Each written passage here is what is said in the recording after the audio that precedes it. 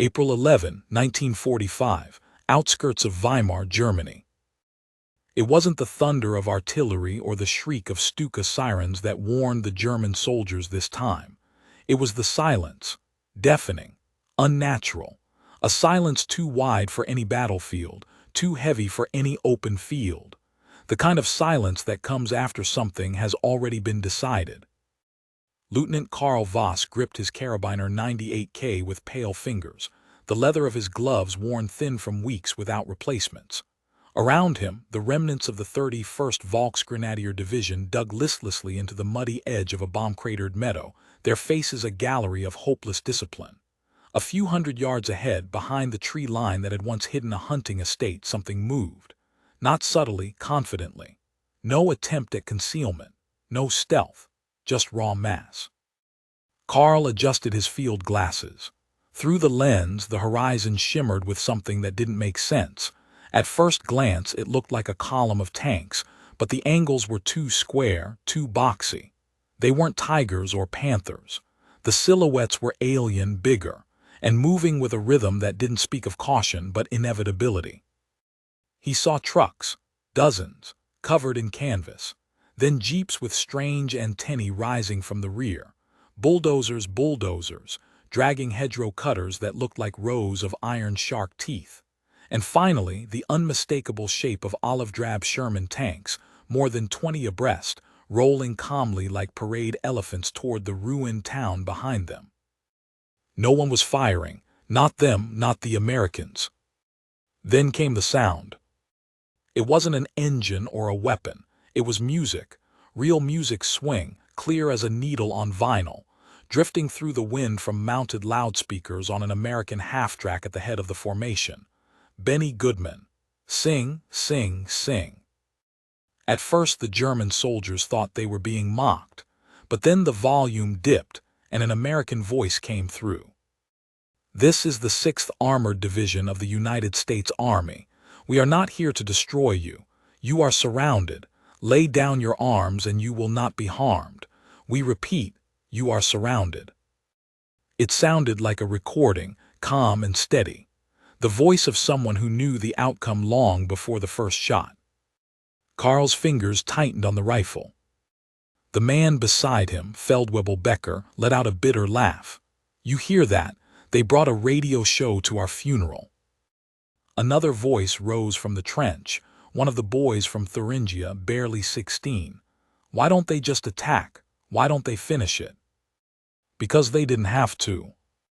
The 6th Armored had already shattered the German lines west of Erfurt 2 days earlier. A division that started the war with 232 Sherman tanks and 92 half-tracks now had more vehicles than soldiers to man them. Their fuel came by pipeline. Their rations were hot.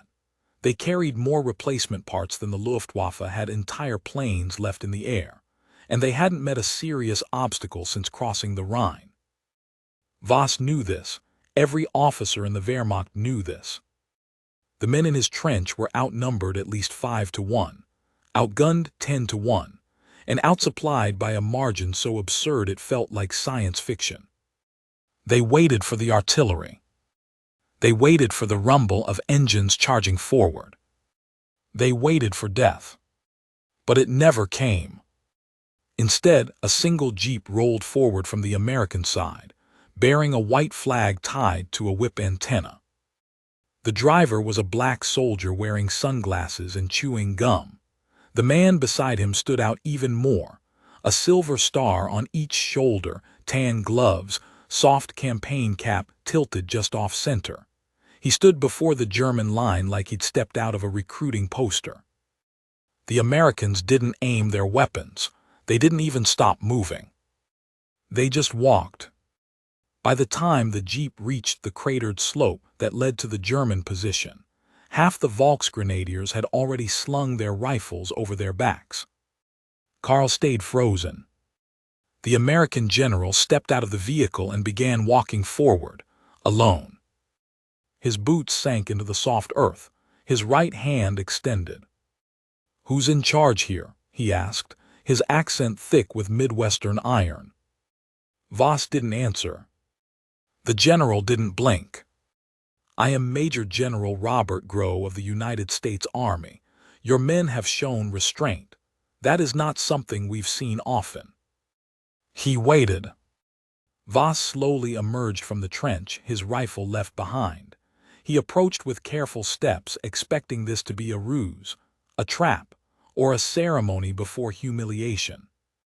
Instead, Grow simply reached forward and shook his hand. The contact was real, firm, warm. And with that shake, everything Voss believed about Americans, about officers, about victors and vanquished, shattered. He looked around. His men stood stunned, some saluted, some just stared. Grow glanced back at his jeep. "We're not here to kill the last defenders of a failed idea. We're here to end the damn war." Then, for reasons Voss couldn't yet understand, the general reached into his coat pocket and handed him a pack of Lucky Strikes. He held it for a moment, as though it might be rigged to explode. When it didn't, he opened it and offered a cigarette to Becker. The Feldwebel took it like it was a relic from another world. The American soldiers began to arrive, hundreds of them. They weren't shouting. They weren't jeering. Some were shaking hands. Some were handing out rations. One medic patched the arm of a German machine gunner who hadn't even fully disarmed yet. In the distance, Voss saw something that truly made him question whether he'd lost his mind. A group of German prisoners and American soldiers, laughing like the war had already been forgotten. But then the general turned to him, and his voice dropped an octave. "You'll want to prepare your men for what's up ahead," Grow said. "We're moving on to Buchenwald." Voss blinked. "Buchenwald?" Grow nodded, jaw clenched. "They told us it was a labor camp. We found it this morning." Something changed in the general's face. The diplomat vanished. The handshake became history. "Your men will see what was done in their name," he said. And with that, he turned back toward his jeep. No parade, no victory speech, just the silence of a man who had seen too much and chose, at least for now, to offer a handshake instead of a rifle. But that silence wouldn't last. Because what lay beyond the woods of Weimar wasn't the end of a war. It was the beginning of a reckoning. By midday, the storm clouds had begun to roll in. They weren't the kind that came with thunder or rain, but with truth. The kind that soaked into skin not with water, but with weight. The march from Weimar to the gates of Buchenwald was less than 8 kilometers, but for the column of exhausted German soldiers now walking behind American jeeps and half-tracks, it stretched like a lifetime. Voss hadn't said a word since Grow told him what lay ahead. Neither had Becker. The older NCO had seen the Eastern Front, had watched towns burn and comrades freeze. But now, Becker walked with the slow tread of a man approaching something he'd never been trained for, something no manual, no party speech, no Wehrmacht directive had ever prepared him to face. Around them, the American GIs marched with a subdued silence. There was no mocking, no vengeance in their faces, only focus. Some passed around ration tins, others pulled water from their canteens and offered it to the surrendering Germans. One soldier handed a strip of jerky to a boy from Jena who looked no older than 15. The boy took it like it was a pardon. They walked past uprooted trees and bombed farmhouses, along roads now rutted with the passage of tank treads and fuel convoys. American engineers had already repaired sections of highway in the hours since the area fell. Wires were being strung. Road signs changed from Gothic script to English block letters. It was like watching a country rewire itself in real time. Then the smell hit them. It came before the fences, before the signs, before the guards who no longer held rifles. It was not the sharp reek of gunpowder, nor the familiar odor of sweat and oil and blood. It was something older, something rotten. Like burnt meat on wet wood, and something else, something sweet and decayed like syrup left to ferment. Becker gagged. Several Germans covered their noses with the sleeves of their field jackets. "You smell it," said a young American sergeant beside Voss. "We smelled it from over 5 clicks away this morning." Voss nodded, but his throat had closed. The first thing he saw was the smoke. Not black, not thick, but curling in gray-blue wisps from low brick chimneys that should have been cold. The buildings themselves were small, squat, and surrounded by razor wire that spiraled like steel thorns into the sky. And then he saw the prisoners. They weren't behind bars anymore. The Americans had already cut through the gates. The inmates, if that word even still applied, stood scattered through the muddy yard like ghosts brought to life. Bones wrapped in skin, stripes on uniforms too large for the starved frames inside, eyes sunk so deep they looked like holes. They didn't cheer, they didn't speak, they just stared. Becker stopped in his tracks. "Mein Gott," he whispered. General Groh was already inside the camp, walking among the barracks. A medic ran up to him and shook his head. "Sir, we don't have the supplies.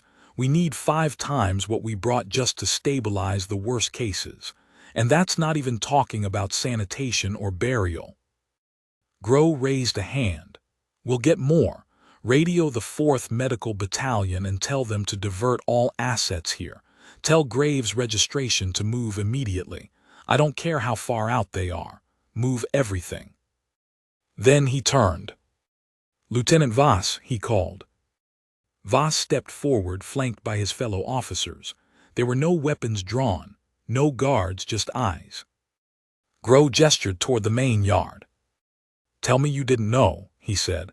"Tell me you didn't see this with your own eyes." Voss shook his head numbly.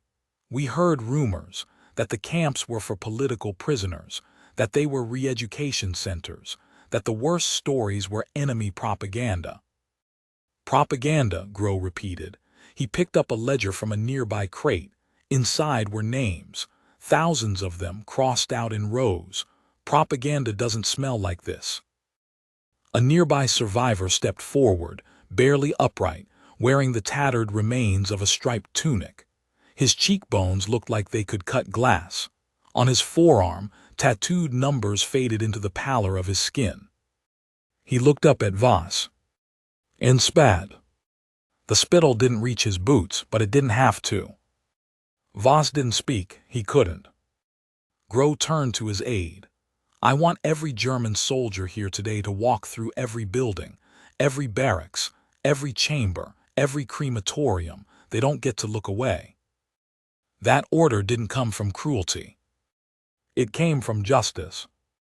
The Germans marched through Buchenwald like tourists on a pilgrimage to their own shame. They passed medical rooms still slick with residue, walls scarred with scratch marks, metal gurneys with restraints stained dark and old. They saw a lampshade made of human skin. They saw photographs, hundreds, documenting everything with meticulous German order. Piles of bodies, trophies taken, smiles behind the lens. Becker stared at a shelf lined with jars. Each held something different. "Are these eyes?" he asked, voice cracked.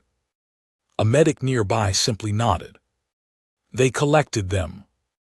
Voss stood before a chamber labeled disinfection room. The door was slightly ajar. He pushed it open with a shaking hand. Inside was a drain. And a grate. And high above it, a nozzle. For a moment, he imagined water. Then he looked closer. It wasn't for water. Outside, American engineers were already unloading crates of supplies. Protein powder, IV drips, folding stretchers, even tents. Trucks rolled in carrying milk, canned peaches, vitamins, sulfur ointment, DDT. The GIs didn't look disgusted anymore. They looked angry. Furious. Groh turned to his radio operator. "Send word to Patton. Tell him what we found. Tell him it's real." That night the camp lit up not with celebration but with urgency. Electric cables were laid, floodlights installed, field kitchens fired up, soup boiling for men who hadn't tasted broth in months. And still, the silence among the prisoners remained. Not fear. Not confusion. but the silence of people waiting to see whether liberation meant anything more than new uniforms. Then one soldier stepped forward. A young GI from Mississippi, black as coal, walked to a hunched Jewish prisoner no older than 16 and offered him a blanket. The boy stared at it like it was gold. The soldier said nothing, just smiled. Then it broke. The boy began to cry. And then others did too. And just like that, sound returned to the camp. Voss stood by the fence that night, Becker beside him. Neither of them spoke. Then Becker broke the silence. "You think we'll hang for this?" Voss didn't answer immediately. "No," he finally said, "not for this." He turned to watch an American nurse holding a dying man's hand as he breathed his last. "But we'll live with it." In the morning, General Gross summoned all surviving officers, American and German alike, and stood before them with a clipboard. "This war isn't over," he said, "but after what we saw here, it can't end like the last one did." He looked at the Germans. "We're not going to shoot you. We're not going to starve you, but you're going to help. You're going to bury the dead. You're going to rebuild what was broken. And you're going to carry stretchers until you understand what it means to be free." And then, in a move no one expected, he reached out again. To Voss, to Becker, to every German officer present, and offered his hand one more time. Not as a soldier, but as a witness, an equal, a reminder that what followed would not be vengeance, but justice. The morning fog hung low across the treetops as the shovels broke earth. It was April 13th, 1945, 2 days after the surrender, 1 day since Buchenwald was exposed to the Americans in full. The Germans had seen the inside. Now they would bury what remained. Voss had dug graves before, but never like this. These weren't fallen comrades buried with honor or ceremony. These were pits, deep, wide, unavoidable. They could barely keep up.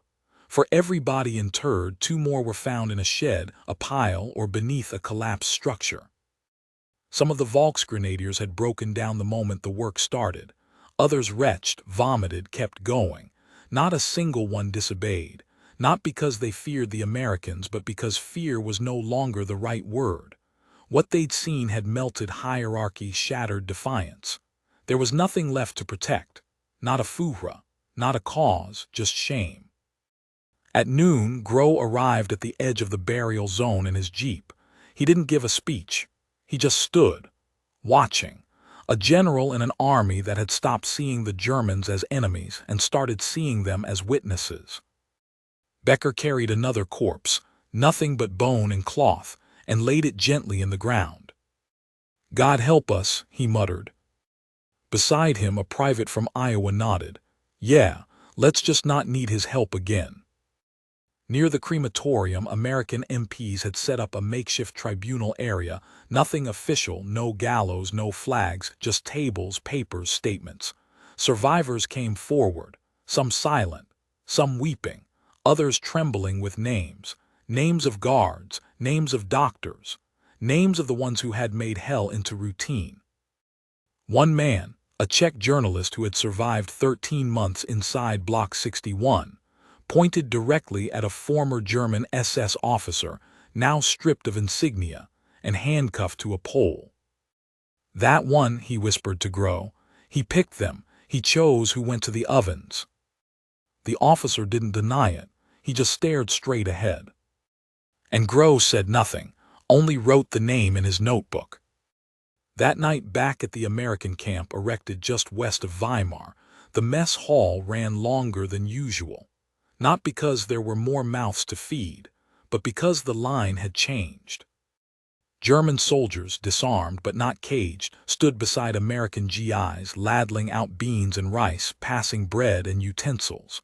For every man who had dug graves that day, a hot meal was waiting, not as a reward, but as a line in the sand. This was how things would be now. No boots on necks, no camps for the defeated, Only orders work and the slow, painful rebuilding of trust. But not everyone believed it. Inside a canvas tent near the center of the American command post, Voss sat across from Lieutenant Colonel Harold Weeks, the civil affairs officer Grow had appointed to oversee the region's transition. Weeks was short, blunt, and tired. He tapped the butt of his pencil against a stack of manifests. "We're moving into Erfurt next," Weeks said.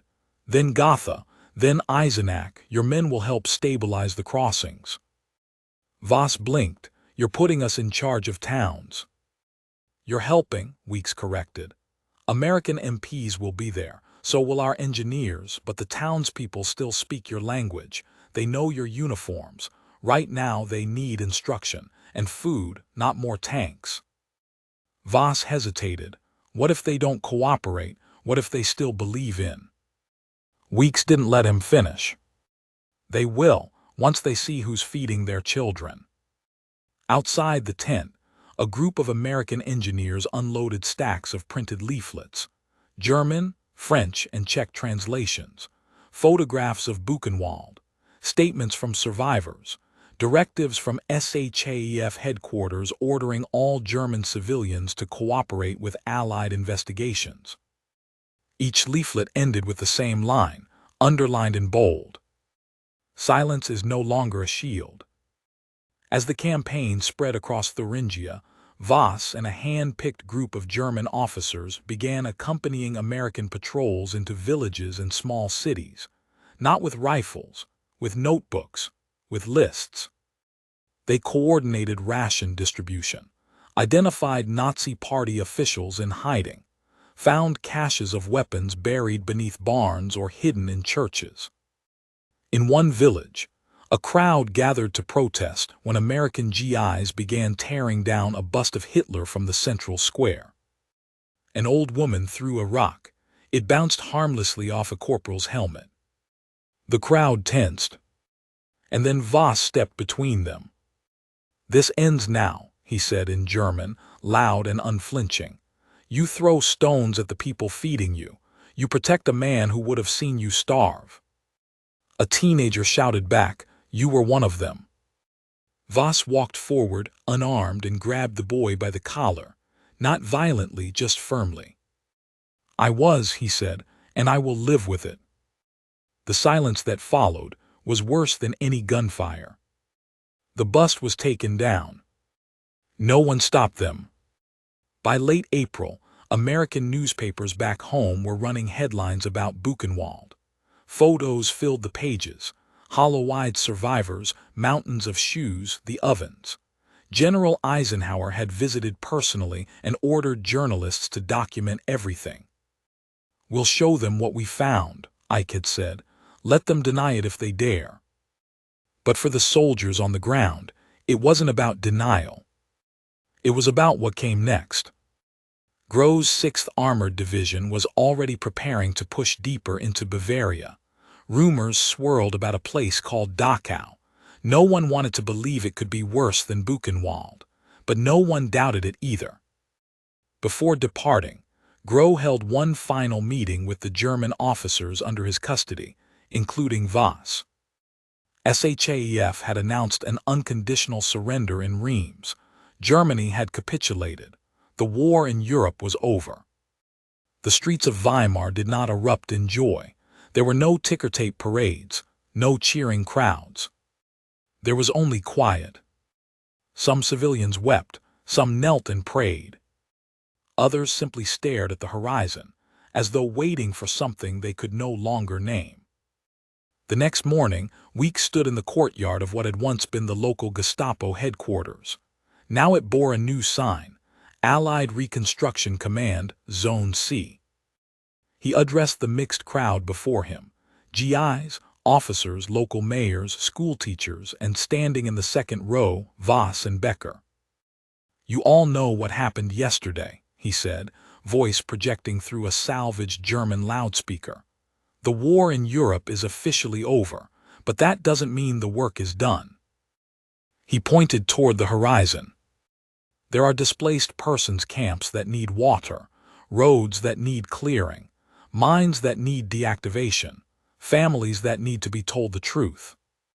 He turned toward Voss. This man helped us dig up graves, translate survivor reports, restore order, not because he had to, but because he knew what would happen if he didn't. Weeks paused. There will be those who say every German was guilty, that every man who wore that uniform deserves a noose, but guilt is not inherited, and redemption is not given freely. He stepped down and extended his hand to Voss. For those willing to work for it, we will build a world that remembers what happened here, and never allows it again. The handshake was brief, but this time the crowd clapped. Not everyone, not loud, but enough. And in the corner, a Jewish survivor from Buchenwald watched in silence, arms crossed, eyes narrowed. Then slowly he nodded. Once, that afternoon, Voss walked alone through the old town. He passed shuttered bakeries, shattered windows, and street signs half covered in red paint where the swastikas had been scrubbed off. He stopped at a bookstore that had once displayed Mein Kampf in the window. Now it held a handwritten note. Reopening soon, history must be read, not worshipped. He moved on. In a narrow alley, he found two boys 10, maybe 11, kicking a tin can like a football. They wore patched trousers, mismatched shoes, and their laughter bounced off the walls like a language the city had forgotten. One of them saw Voss and froze. His friend stopped too. Voss knelt and reached into his coat. Both boys tensed until he pulled out a candy bar, wrapped in olive paper, Hershey's. The braver of the two took it and sniffed it, then bit it. His eyes went wide. Dank, he whispered. Voss stood, nodded, walked on. Behind him, the boy broke the bar in two and shared it with his friend. At dusk, Voss returned to the American encampment for one final meeting. Inside a repurposed schoolhouse turned Allied HQ, he found Colonel Weeks packing a footlocker. Orders came down, Weeks said. I'm being reassigned. Paris. Then maybe London. The brass want this place managed by civil administration now.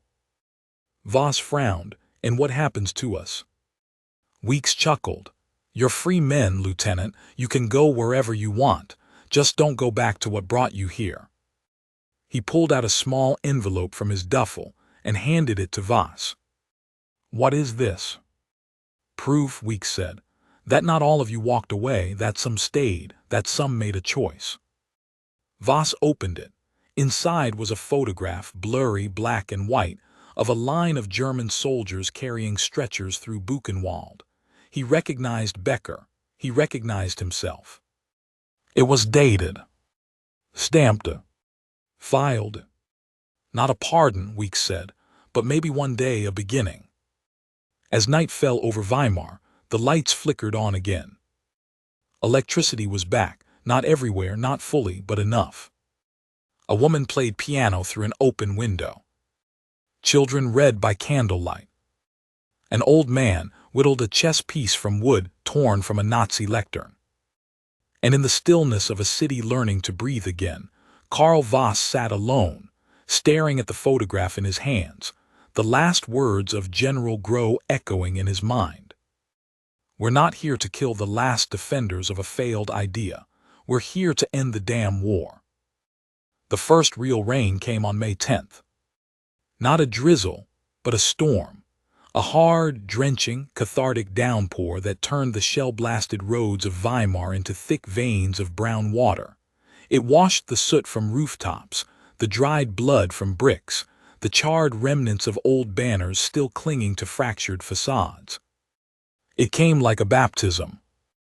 Karl Voss stood in the entrance of the schoolhouse stern command post, letting the rain hit his boots. He hadn't worn his uniform in days. No one had. The American colonel was gone. The GIs had pulled back to forward positions, and Weimar was quiet. Not peaceful, just quiet. Inside, Becker packed the last of the supplies from the Allied distribution office. The Americans had left the town a small miracle, tins of meat, crates of powdered eggs, sacks of flour, medicine, radios, field phones. A civilian council had been appointed under Allied oversight, mostly teachers, a few surviving businessmen, and one sharp-tongued nun from Dresden who'd commandeered half a pharmacy with nothing more than a glare. Becker lit a cigarette and watched Voss. "You know we could leave," he said. "Just disappear, head to the Alps, start over." Voss didn't turn, and what would we tell them? Becker exhaled through his nose. That we were never there, that we were just following orders like everyone else. A pause. Then Voss turned and looked him dead in the eyes. "I was there," he said. The room fell silent. Becker didn't argue. By the end of May, the first wave of displaced persons began leaving the camps. Ukrainians, Czechs, Poles, Jews, survivors of factories and mines and ghettos, packed into American trucks and driven to relocation depots, some bound for France, others for Italy. A few would make it back to their homes, only to find strangers in their beds and gravestones in their gardens. A young woman named Esther, barely 20, skin like parchment, eyes like glass, hugged the American nurse who'd fed her through fever and dysentery. She turned to Voss before climbing into the truck. "I don't forgive you," she said calmly. "I know," Voss replied. She studied him for a long moment. Then she reached into her coat and handed him a folded slip of paper. It was a drawing, pencil on ration paper. 3 men, shovels, a long trench. And behind them, a boy watching. "It's you," she said. Voss blinked. "I don't understand." "You helped bury them," she said. "You can help remember them." Then she stepped onto the truck and was gone. The Americans returned in early June, not with tanks but with notebooks. Intelligence officers, War Crimes Division, representatives of the Judge Advocate General's Corps, men in suits, in uniform, in quiet cars with briefcases full of names. Trials were coming. Nuremberg was being prepared. But they needed more than evidence. They needed testimony. And someone had given them Voss's name. The letter arrived sealed, hand-delivered by a GI who offered no explanation. To Lieutenant Karl Voss. "Your presence is requested in Frankfurt for a deposition regarding the conditions and operations of Buchenwald and the surrounding military units stationed in the Weimar district. This is not an arrest. You will be escorted. Your cooperation is requested as a material witness. Travel orders enclosed." Signed, Lt. Colonel T.H. Langford. Office of Military Government, U.S. Sector. Becker read it over his shoulder and exhaled. "You going to testify?" Voss folded the letter. "I saw what happened. That means I can't pretend I didn't." "You'll be in the room with the monsters, Karl." "I was already in the same army." The train to Frankfurt cut through a countryside still littered with the bones of war, burned tanks rusting in fields, bridges half collapsed, village steeples snapped like twigs. But there were signs of life. Farmers planting again, children waving as the train passed, church bells ringing once more. At the station, Voss was met not by handcuffs, but a handshake, from an American lieutenant named Chapman, polite, distant, precise. They brought him to a temporary tribunal office in a former hotel, where German marble now bore black American signs. Office of War Crimes Documentation. Interrogation Room 2. Translations. Inside he found himself face to face with photographs, dozens of them, Buchenwald, Dachau, Ohrdruf, some he recognized, some he didn't. The room smelled of ink and leather. A colonel spoke first. "You're not on trial, Lieutenant, but you were there, and the world needs to understand what there means." For the next 4 hours, Voss spoke. He described the American arrival. The handshake. The first sight of the ovens. The boy who spat at his boots. The girl who handed him the drawing. the American general who had extended a hand, not in vengeance, but in defiance of what vengeance would make him. When he finished, no one clapped. They just nodded, wrote it down, and stamped his testimony. He wasn't a hero. He wasn't a prisoner. He was a witness. On June 21st, Voss returned to Weimar. But it was Weimar anymore. The Americans were withdrawing, handing over control to local administrators under Allied supervision. The city had running water. Schools had reopened. A bakery that once sold rationed bread now served fresh loaves with jam made from American-imported sugar. Children laughed again. And on the edge of town, a new building was rising. Not a courthouse, not a prison. A museum. It was being built on the road that led to Buchenwald, near the path that Voss and his men had marched down behind the American jeep. Inside would go the photographs, the uniforms, the ledgers. And a drawing. Pencil on ration paper. 3 men, shovels, a boy watching. That evening, Becker and Voss stood at the fence line, where the old SS barracks had once loomed. They were gone now, flattened, erased. In their place was a garden planted by survivors, blooming in soil once fed with ash. Becker leaned on the fence. "You think any of this makes a difference?" he asked. Voss didn't answer at first. Then he reached into his coat and pulled out a faded pack of Lucky Strikes. He opened it. Inside, untouched, was the same cigarette General Groh had given him on the day of surrender. He lit it, took one drag, exhaled. "It has to," he said.